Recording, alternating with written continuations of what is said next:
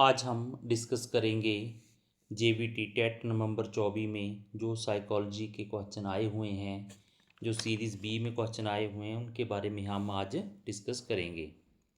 जो हमारा जो पहला क्वेश्चन है वो है which psychologist describe G&S intelligence factor.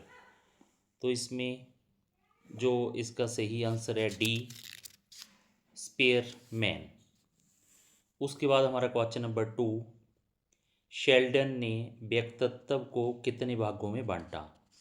तो Sheldon classified personality into 3 parts. Option A है जो इसमें करेक्ट ऑप्शन है। क्वेश्चन नंबर 3, एक व्यक्ति की औसत बुद्धि लब्धि होती है। An average IQ of a person is 90 to 110। इसके बाद है हमारा क्वेश्चन नंबर 4। क्वेश्चन नंबर 4 में है हमारा परिणाम का ज्ञान सीखने पर क्या प्रभाव डालेगा। तो जो knowledge of result will create positive impact of learning. इसमें जो आंसर है वो एक ऑप्शन है, इसका करेक्ट ऑप्शन है पॉजिटिव इम्पैक्ट ऑफ लर्निंग। इसके बाद है हमारा क्वेश्चन नंबर 5, नलिका विहीन ग्रंथियां क्या स्रावित करती हैं। तो ये इसका ऑप्शन है hormone. Option C is correct answer.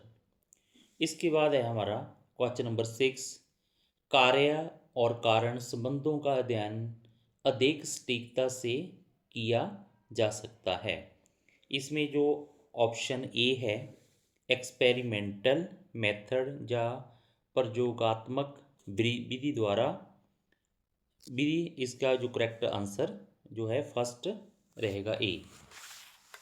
उसके बाद है हमारा क्वेश्चन नंबर 7, बालक द्वारा स्वयं के विचारों को लिखना, ये किसका उदाहरण है। तो इसमें है जो क्वेश्चन और इसकी ऑप्शन है जो बी ऑप्शन, परावर्तक पत्रिका या रिफ्लेक्टिव जर्नल्स इसको हम कहते हैं। इसके बाद है हमारा क्वेश्चन नंबर 8, विकास का प्रारंभ कब से शुरू होता है।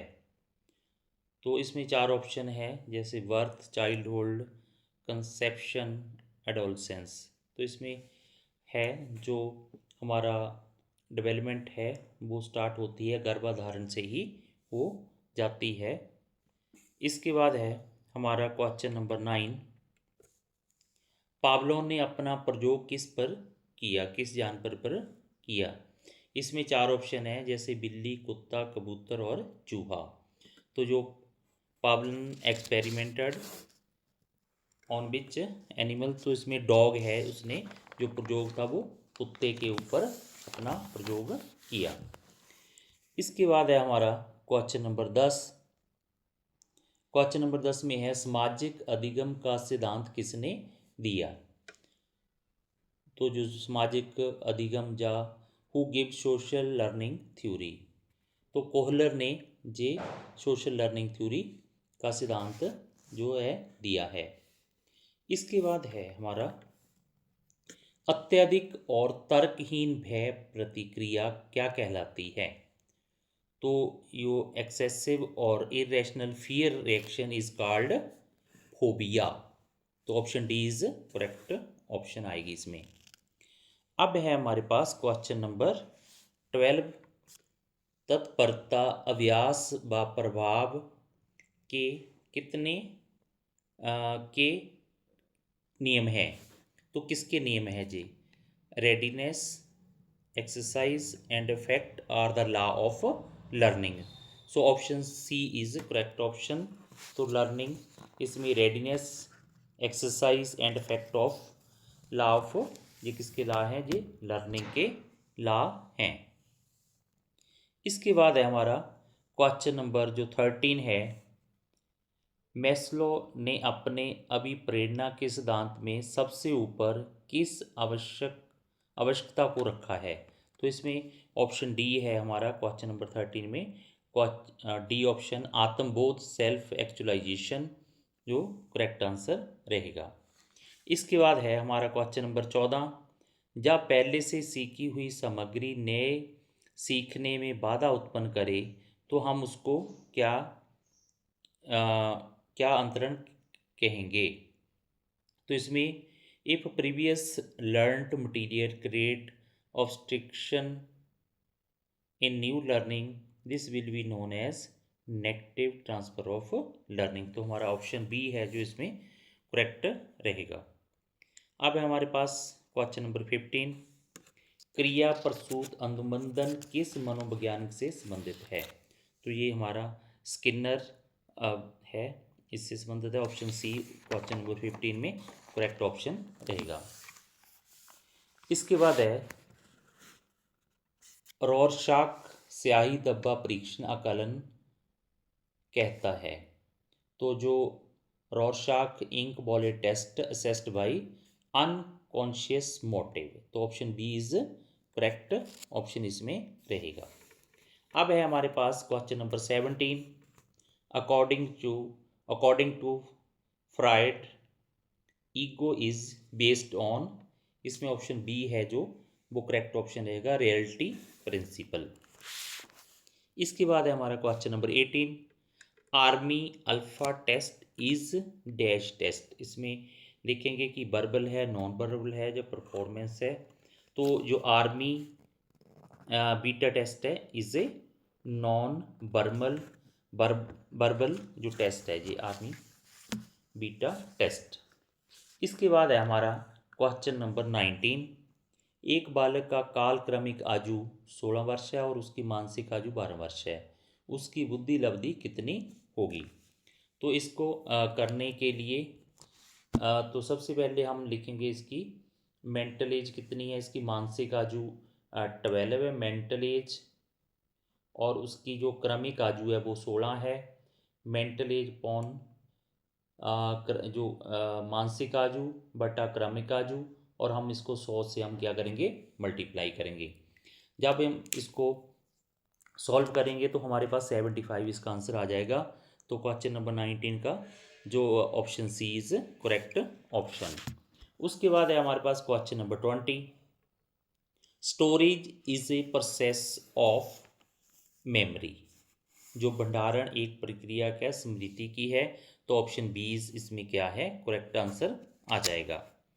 अब है हमारे पास question number 21, growth is related to, पहला ऑप्शन है क्वांटिटी, क्वालिटी, पर्सनैलिटी, इंटेलिजेंस। तो ऑप्शन जो फर्स्ट है इसमें क्वांटिटी, वो इसमें करेक्ट आंसर रहेगा।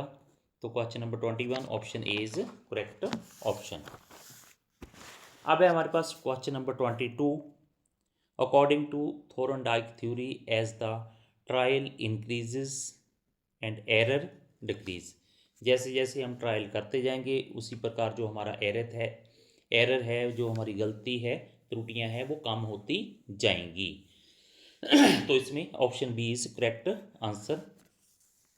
आगे है question number 23, span of attention is limited, unlimited, infinite. तो option A is correct answer. जो स्पैन ऑफ अटेंशन है वो span of attention is limited. बाद है हमारा question number 24, who experimented on cat. So Thorndike experimented on cat, option D is correct answer. अब है हमारे पास 25 क्वेश्चन नंबर, स्टैनफोर्ड विने बुद्धि परीक्षण किसकी योग्यता का मापन करता है। तो ये कॉग्निटिव ज्ञानात्मक योग्यता का मापन करता है।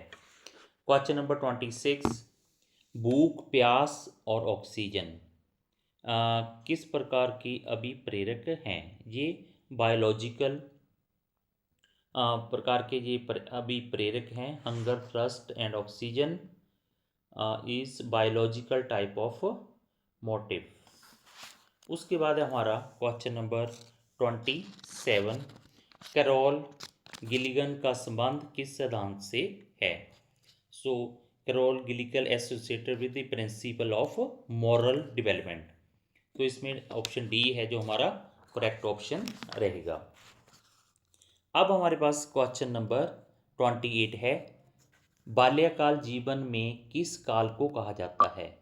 Which period of life is called childhood? तो हमारा जो ऑप्शन बी है, 2 से 12 वर्ष तक हम उसको चाइल्डहुड पीरियड कहते हैं। इसके बाद है हमारे पास क्वेश्चन नंबर 29।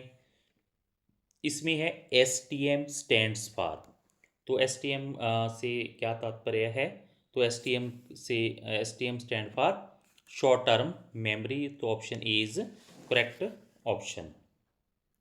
उसके बाद है हमारा क्वेश्चन नंबर, जो लास्ट क्वेश्चन है 30। जीन पियाजे ने ज्ञानात्मक विकास को कितनी अवस्थाओं में बांटा? तो जीन पियाजे divided cognitive development into 4 stages. तो इसमें ऑप्शन बी है वो करेक्ट आंसर आएगा।